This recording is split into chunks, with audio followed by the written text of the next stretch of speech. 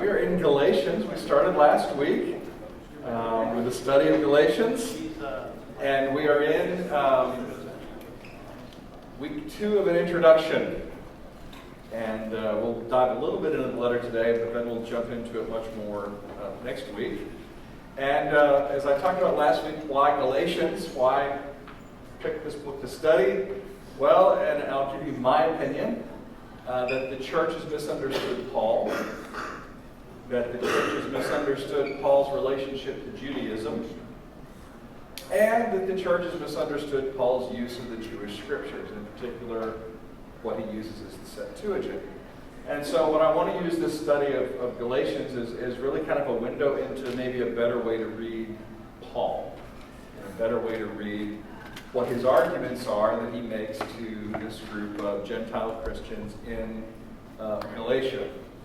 And so last week we started on some necessary background to help us understand this letter, and we looked at the question of who is Paul writing to, and we looked at when did Paul write this letter, and today we're going to talk about what's the situation Paul is addressing in a little more detail, and what's going on between Paul, Antioch, and Jerusalem, which we'll talk a lot about today.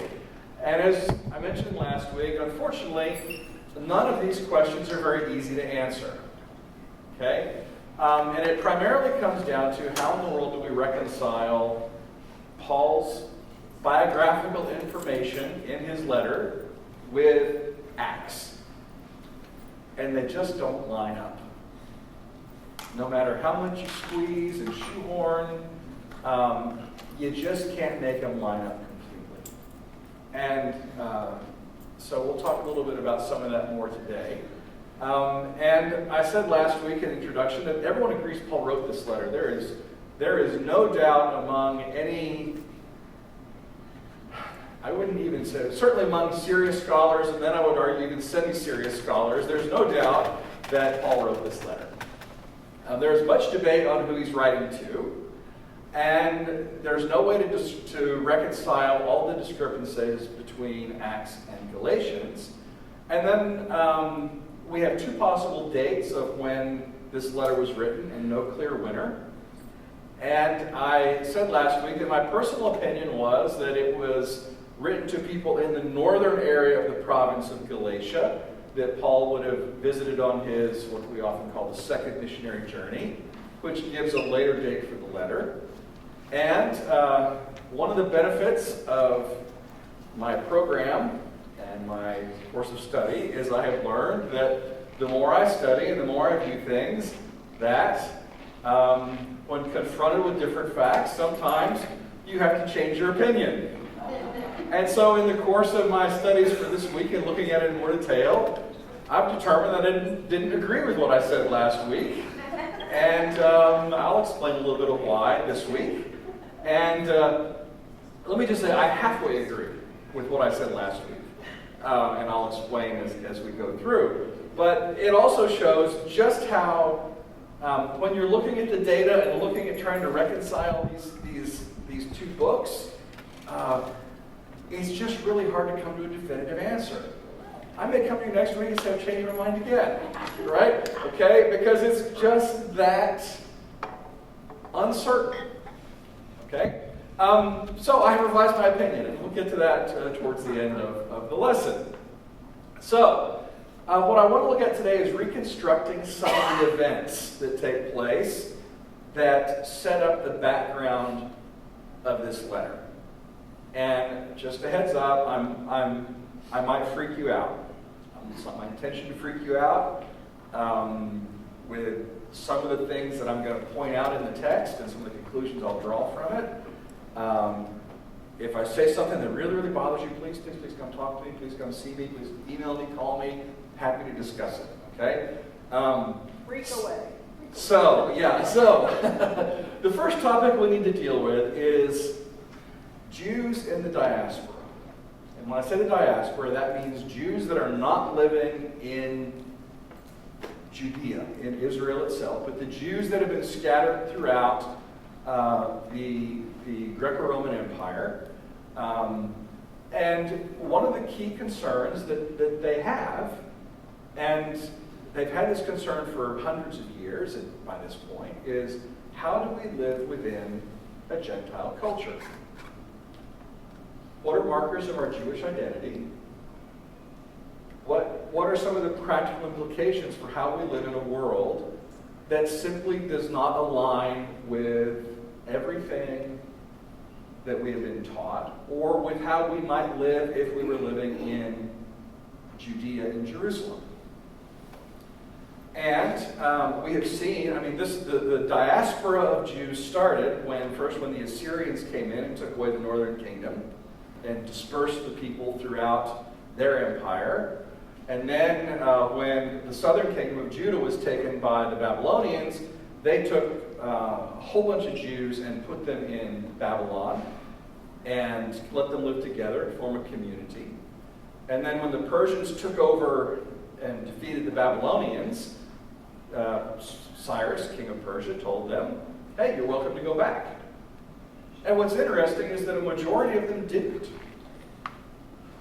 The majority of them stayed in Babylon. And until sometime in the 1900s, there was a very vibrant Jewish community in Iraq. Now it's mostly been decimated, but for centuries then afterwards, there was a large Jewish community in Babylon. And as the Greeks took over, that expansion of Jews outside of Judea continued and was significant. More Jews lived outside of Judea than lived in Judea. And so what we find is, and this is something that is really interesting when you go around and look at some of these ancient cities in Asia Minor and places like that, is that pretty much every single city has a synagogue. When you think about it, it's kind of remarkable. The Jews were everywhere. And the question they have is, how do we maintain our Jewish identity in a foreign land where we are making our home? And also where you have no easy access to the temple. So you can't offer sacrifices, because at the time Paul's writing this letter, the temple is still there in Jerusalem. The Romans haven't destroyed it yet. You have no access to the temple easily.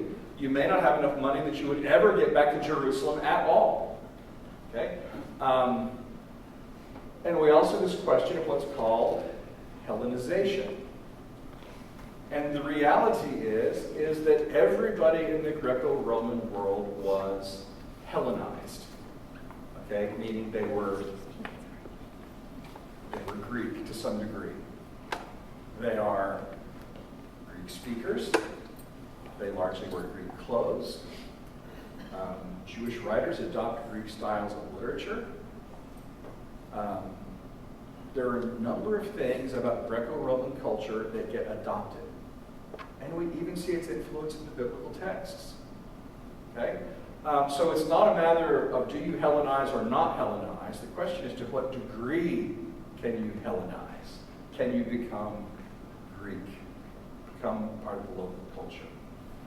And we see books like Esther and Daniel, and Ezra and Nehemiah, and a bunch of books in the apocryphal literature of the Jews that deal with this concern of how do we live in a foreign land.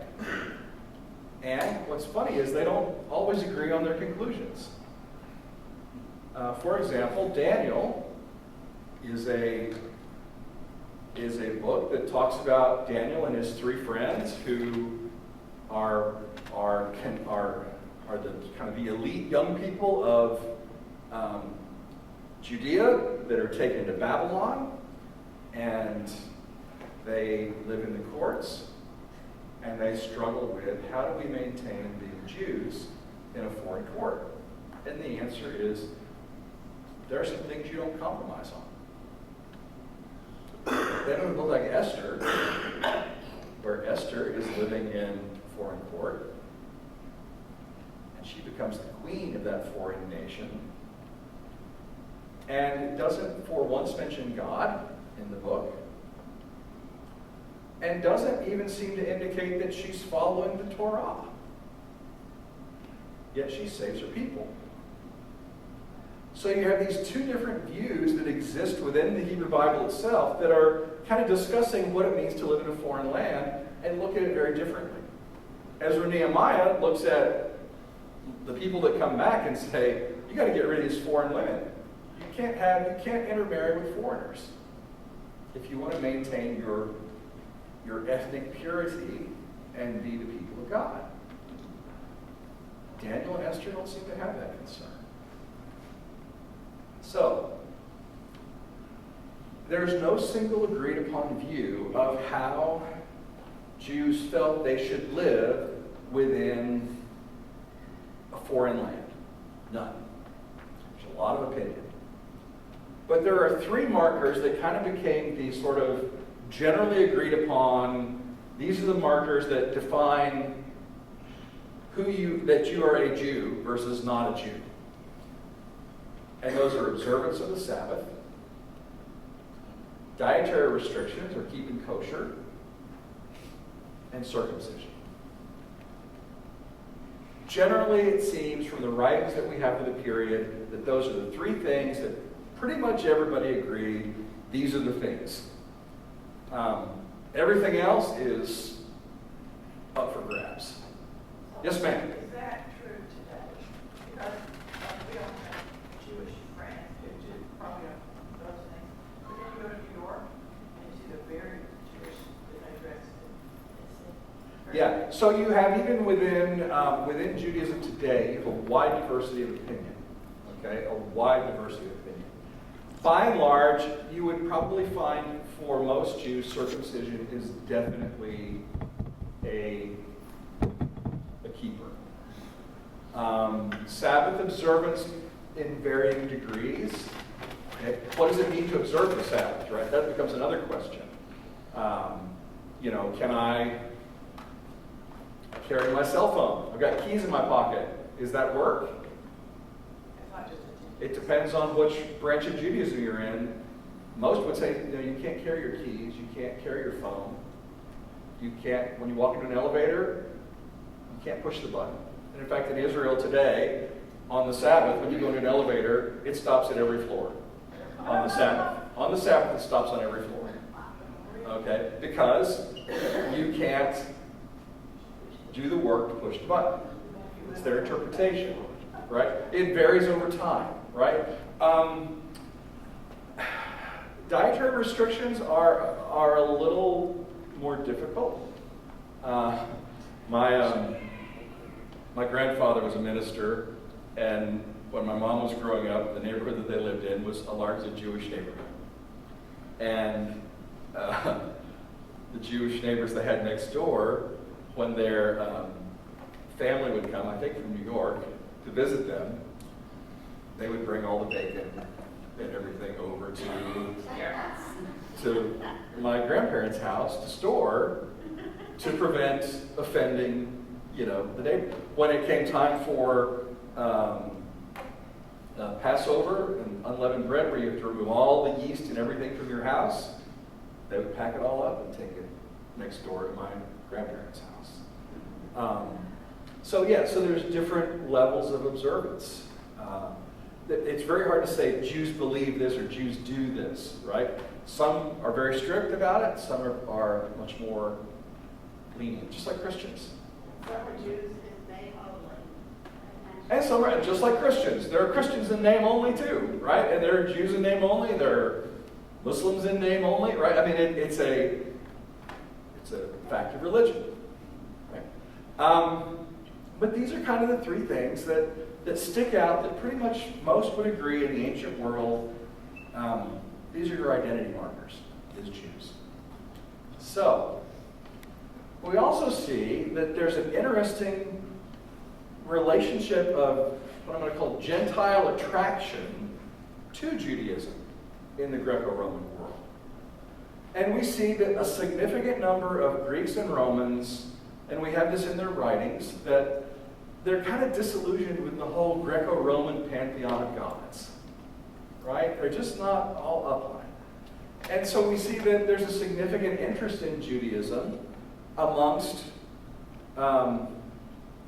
Romans around the empire. especially among women. Because Judaism tends to have a little more positive view, more empowering view of women than pagan religions did. And so we see within this that there begin to develop these sort of levels of engagement with Judaism. And on one level, you have people that are, let's say, supporters or patrons of Judaism for various reasons. And we see this in Luke chapter 7, where, I believe it's in Capernaum, Jesus is coming into Capernaum, and the Jewish leaders of the town come to him and say, hey, the centurion that's here, his daughter is sick, and we would really like you to help him out because he contributed to helping us build the synagogue. He's a good dude. He respects us. He's been a real big supporter of ours. Okay? And so Jesus goes and basically heals the daughter. Right?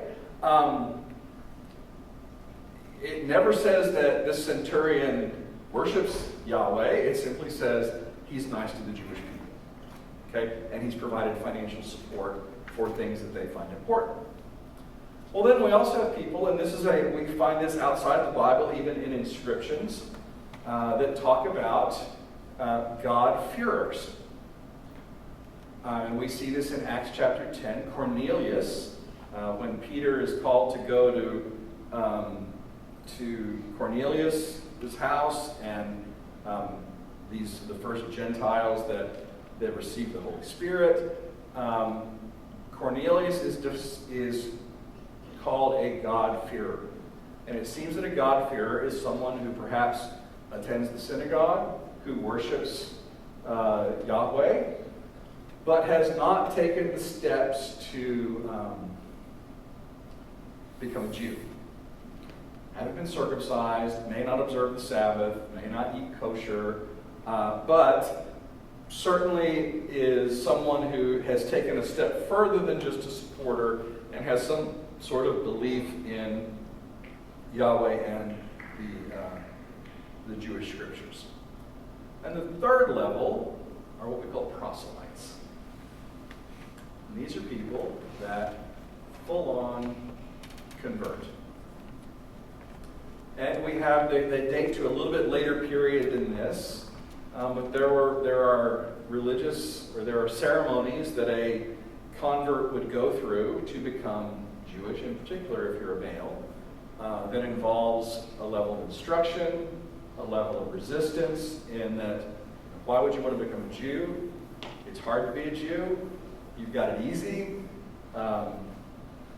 There's a ritual washing in a mikvah, which is very similar to baptism. In fact, I think it's where baptism comes from. Ultimately followed by fasting and then circumcision, and then only after that is there participation in the Passover meal as one of the children of Israel.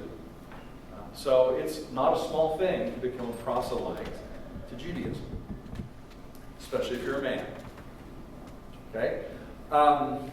So there's also a question in Judaism of what place do Gentiles have in the age to come? And the question is do they have a place? And the general view seems to be, yes, they do have a place in the age to come. And later rabbinic writings, after the period where we have Galatians and these letters, really begin to expound upon this idea of righteous Gentiles have a share in the world to come. But when you read the prophetic literature, like Isaiah and Ezekiel and Jeremiah, and then some of the intertestamental period, what you find is that the writings differ on what the role of Gentiles is in the age to come. For many of them, there's a reversal of fortune. That's pretty consistent in a lot of this literature, is that when God fully restores Israel, then God sets the world right, which puts the Jews on top and everybody else underneath. And in particular, the evil Gentiles are killed, and righteous Gentiles are basically the servants or slaves of the Jews. Okay? And some would say, well, they coexist, but the Jews still have a more preferred place. Okay? But if you're a proselyte, if you've converted to Judaism, then you have the full share. Okay? So there's sort of this tiered structure of, in the age to come, what is it that you receive? And so we'll talk about how that might influence the letter as we get into it. Another term we see a lot, and it gets used around Galatians, is this idea of to Judaize or Judaizers. Okay? And when you look at how it's used in ancient literature, the term means something different than how we tend to use it. So, here's an example. This is from the book of Esther. It's from the Greek version of the book of Esther in the Septuagint, which is, by the way, different than the version we have in Hebrew text, which is in our Bibles. If you get a Catholic Bible with the Apocrypha in it, it will have generally a section of the Greek additions to the book of Esther. This is one of the Greek additions. It says in there that many of the Gentiles were circumcised and Judaized for fear of the Jews. This is towards the end of the book of Esther, where the Jews are called on to defend themselves, to prevent being slaughtered. And rather than being slaughtered, some of these Gentiles are circumcised and Judaized. In that context, what does Judaized mean?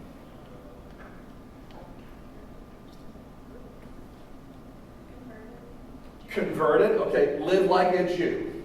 Yeah, yeah. Effectively a proselyte, right? Live like a Jew, a proselyte. That's a good way to put it, okay?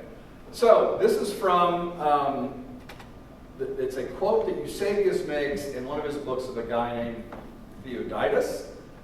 And it's talking about the story of Jacob and his sons and Jacob's daughter Dinah. That's in Genesis. And it says, Jacob would not give Dinah to the son of Hamor until all the inhabitants of Shechem were circumcised and Judaized. All right, this is Theodotus' interpretation of that story in Genesis. Again, how is Judaized used here? They're proselyte. These people have become Jews. Okay? They themselves have become Jews. Okay? This is Josephus, writing in his book, The Wars of the Jews. He says, Metilius, commander of the Roman garrison in Jerusalem, saved his life by entreaties and promises to Judaize and to be circumcised. Okay? Again, it's something he's doing to himself. He is being Judaized. He is being circumcised. He's living like a Jew. So even when the Roman Empire was a Jewish people, must have had great influence. Oh, okay, yeah. So this brings up a question of Jewish influence. Yes. So we also need to remember what Josephus is doing with his writings, right? Josephus, we always have to take Josephus with a clear eye on what his motive is, okay? Josephus is a patron of the Roman emperor. He's writing to a Roman audience to defend Judaism as an ancient religion that is on par with Greco-Roman thought, and that it's not something to be feared, it's something to be honored. Okay? And so he twists facts, he tells stories in way, we always have to be careful with Josephus. Okay? And this is one of those questions where I might question the veracity, the truth of what he's saying, as much as he's saying, hey, this Roman general, okay, that was in charge of Jerusalem, converted, right? So Judaism is something even, good Romans can do. And so, but it's interesting he uses the term Judaize as a way of describing what this Roman general does. Not what he forces someone else to do. Okay? And then we get from another one of Josephus' books, Antiquities of the Jews. He says, Izates, king of Adiabene, who was a Gentile, having been converted by a Jewish merchant without circumcision being required, was thereafter persuaded that circumcision was essential. Okay? He doesn't use the term Judaize, but it seems that at one point, and Izates is a real person, we actually know his wife, I can't remember what her name is at the moment, Queen of Adiabene. She converts to Judaism and is a big supporter of Judaism and throws a lot of money around Jerusalem and builds stuff. But that they were both converted, but apparently without the need to circumcise. And later were convinced circumcision was essential. So hold on to those thoughts. So now we get to try to figure out what in the world is going on that causes Paul to have to write this letter. Well, according to Acts, let's kind of walk through some history of where we were last week and where things are. We see that the church in Antioch, and this is part of what Richard Beck talked about in his sermon today. The church at Antioch sends out Paul and Barnabas at the direction of the Holy Spirit on their first, what we call the first missionary journey, which is in Acts 13 and 14. And as we looked at last week, they start out in Antioch. Over here, they go down the coast of Cilicia, sail over to Salamis on the island of Cyprus, then to Paphos, and then they head up over here to Perga, and city in Antioch, and then Iconium, Lystra, Derbe, and then back and out to Italia, where they sail back to Antioch, and everybody rejoices at what they've accomplished. And Thomas, I've lost my clicker. Again? Let me see if I can get it to resync. There you go. Okay.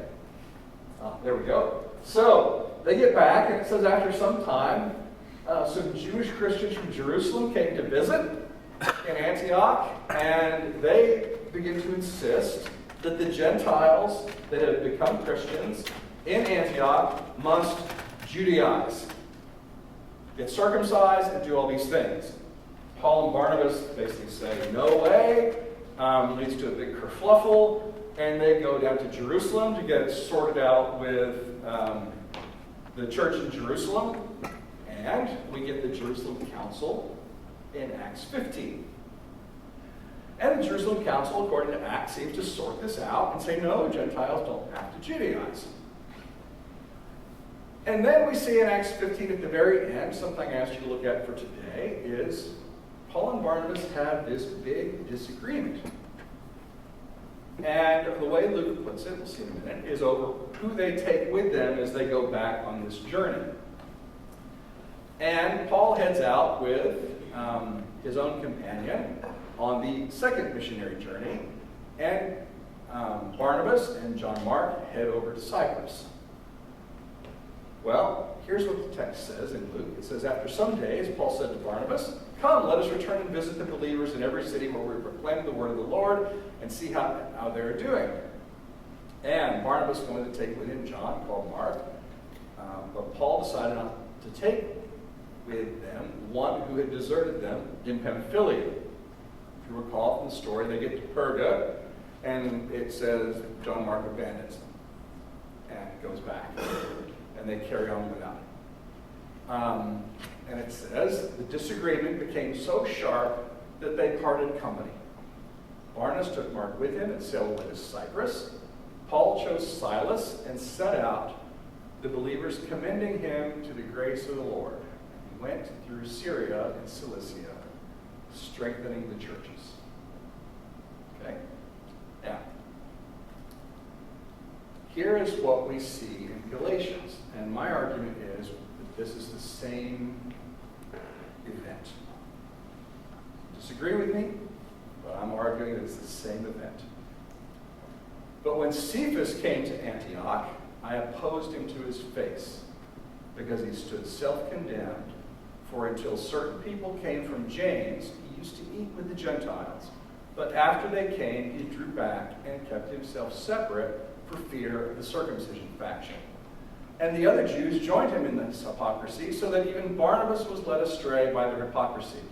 But when I saw that they were not acting consistently with the truth of the gospel, I said to Cephas before them all, if you, though a Jew, live like a Gentile and not like a Jew, how can you compel the Gentiles to live like Jews? So here's a question that I've not much considered about this text. Who wins the debate in Antioch?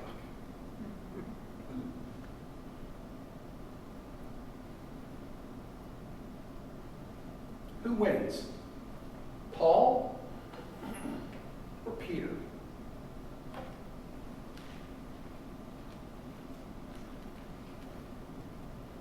I hope Paul.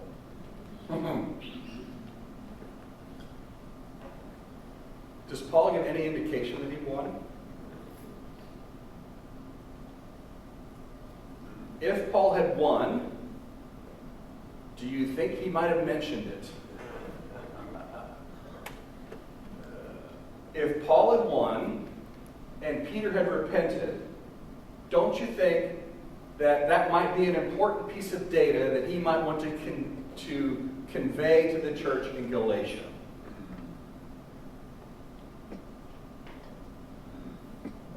He doesn't. Could it have been a draw? Okay. Could it have been a draw? Okay, that's a very, very good question. Okay, it could have been a draw. He also doesn't seem to say that Barnabas repented. He says Barnabas was led astray.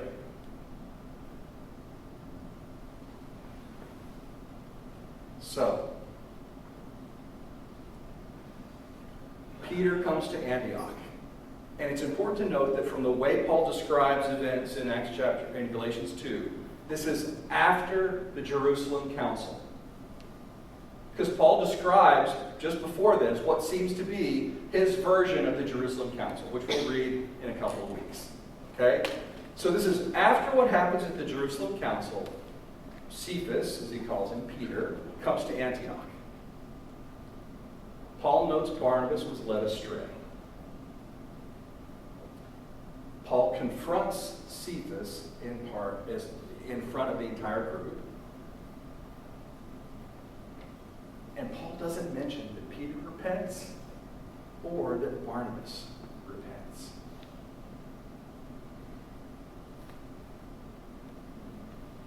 Now, this is my opinion. You're free to disagree with me. Paul tells only of his rebuke. He doesn't tell of reconciliation. And it appears that the Antioch church sides with Peter and Barnabas against Paul.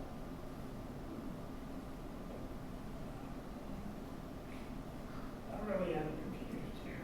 Okay? Because I had heard the perception that this happened before the Jerusalem Council.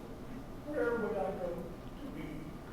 Acts chapter 2, verses 1 through just what comes before this, not Acts, I'm sorry. Galatians, just before this. Paul describes going down to Jerusalem due to a revelation where he lays out the gospel in front of those reported to be the leaders. And when you look at how he describes what happens, it seems to roughly match what we see in Acts. Okay? To where it appears that what Paul's describing before that is the Jerusalem Council, which means that this event takes place afterwards. I had assumed that those two visits were different visits. Yeah. That's why, and I think we're hardwired to think, well, of course, Paul and Peter can't disagree with each other, right? The church is unified on this matter, right? And so therefore there can't be any disagreement about it. But when you begin to look at it very clearly, and I say when you read the text very carefully, very closely, and what Paul says and what Paul doesn't say, it appears that what happens in Antioch causes a schism, where Antioch and Jerusalem seem to be shift back to a little more conservative position, and Paul is left saying, absolutely not. seems to be happening. Now, can you read this a different way? Yes, you can. Okay? But I'm arguing that that's what's happening here. Now, yes, sir. So, when was it that the Jews from Antioch stoned Paul? When did that occur? Different Antioch. Different Antioch. Okay. Not Syrian Antioch. See, The no city. wonder the Bible's confusing. Yes. Antioch is one of these names that just, I mean, there's like, I don't know, 3 or 4 different Antiochs, right? I mean, there's a lot of Antiochs. So the question is, why does Acts recount events differently than Paul? Well, part of the reason is, and this is my opinion again, Luke is writing a defense of Paul. He's writing an apologist. He's writing an apology for Paul's ministry to defend his mission to the Gentiles. He's not telling the history of the church. Okay, he narrows in on Paul, and he tends to present things in a fairly positive light. That Paul and Jerusalem get along. That James and Paul aren't at each other's throats. That Peter and Paul like each other. That that there's no tension. Everybody's singing from the same hymnal. Okay? And so he characterizes the discrepancy or the dispute in Antioch as over John Mark, who had abandoned them before. When you read what Paul says about it, and again, Paul might be a little biased too in how he's presenting the information. Paul seems to think that the split in Antioch, the division that they have, is over something much more important than John Mark. So, another interesting thing we learned from this is, what does it tell us about church leadership in this early part of the church? Not always read from the same damn book. Okay, yeah. So first of all, we see Jerusalem is kind of set up as the mother church. Okay? James is the head of the Jerusalem church. Acts confirms that. Paul seems to confirm that. Okay? And Antioch is under Jerusalem's authority. This is the Antioch and Galatians. This is what? This is the Antioch and Galatians, right? Antioch, yeah, the Antioch in Syria, right? The Syrian Antioch. And that Paul and Barnabas, when they were commissioned by the church in Antioch, in Syrian Antioch, for their first missionary journey, because they were commissioned by them to go out, the churches that they establish on that missionary journey are under the authority of Antioch. So, if Antioch believes now that Gentiles need to become Jewish proselytes, then these churches have to follow the decision made in Antioch. Notice there's no independent elderships going on here. Okay? There's a definite hierarchy of authority that flows out of Jerusalem to Antioch and into these churches. So, if Paul is going to prevent the Gentiles in Galatia from Judaizing, what must he convince these churches? To go independent. Okay, to go independent. How is he going to do it? Direct relationship to God. You don't have to have a government governing body. As I said, it's like the Vatican type thing. Well, okay, so that's my question. Does he go that route? Does he say, I want you all to become individual, independent, self-governing democracies? The Council of Jerusalem, right? Hmm? The Council of Jerusalem. Go to the head. You know, what's funny is he really doesn't make a big deal about that letter. So what does he do? Focus everybody on Christ. Almost. Almost. He's got to convince him that he's an apostle. That he's not under the authority of Antioch or the authority of Jerusalem. He gets his commission from God. Okay? And therefore, because he established those churches, they need to listen to him. Not Antioch or Jerusalem. But Jerusalem agreed with them. What's that? But if Jerusalem agreed with them, why not use that card? That's the point. Apparently Jerusalem doesn't agree with him at this point. And also because if he went in that direction towards Jerusalem, it would actually undermine his bigger point. He would be trying to make a larger point by a sub-point which would violate the whole process. So if we look at his introduction, what we see is this.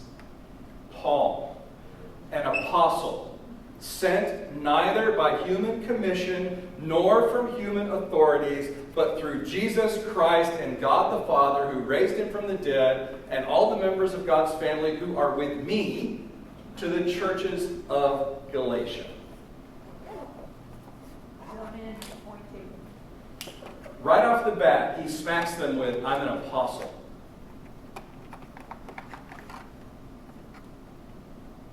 Not commissioned by Antioch, not commissioned by Jerusalem, commissioned by God. But now he's trying, they're talking about historically, they've always followed the Jewish law. And he's coming in there saying, because of Jesus, we don't have to follow that law. Okay, so again, we're going to talk more about this. I mentioned this a little bit last week. The issue Paul is dealing with is I think, a very narrow issue. What do Gentiles who believe in the Jewish Messiah of Jesus have to do to become part of God's people? Do they need to become full Jews? Or is this something different? Is God expanding his reach of God's people? Okay?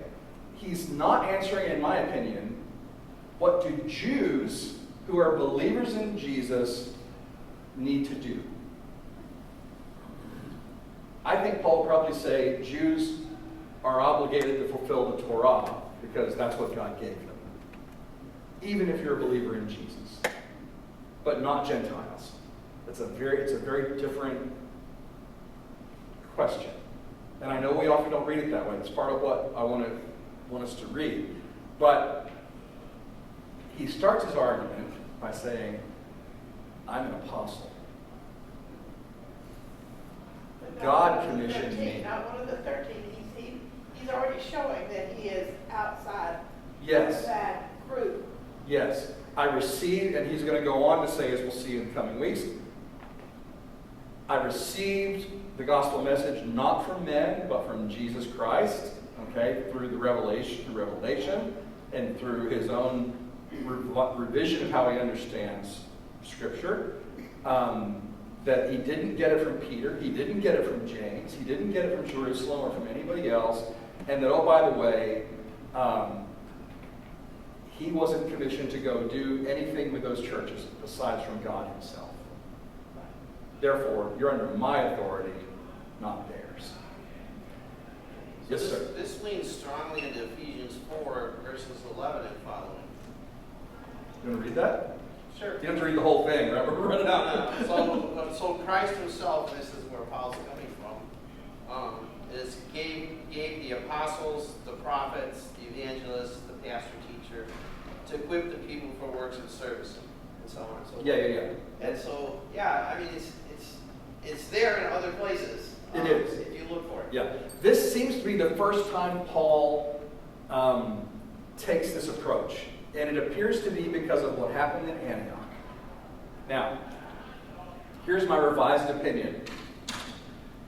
Paul is writing to the churches of southern Galatia, okay, which is Iconium, Lystra, and Derbe, that he established on his first missionary journey. And what probably happens is that after he leaves Antioch and does his second missionary journey, while he's on that, he's in Corinth, and he gets word of what's happened in these churches. People have been coming out of Antioch and muddling things up, and he quickly writes the letter. Probably after 1 Thessalonians, which I still think is Paul's first letter that he writes, but before he writes the Corinthian letters, because he's in Corinth, obviously.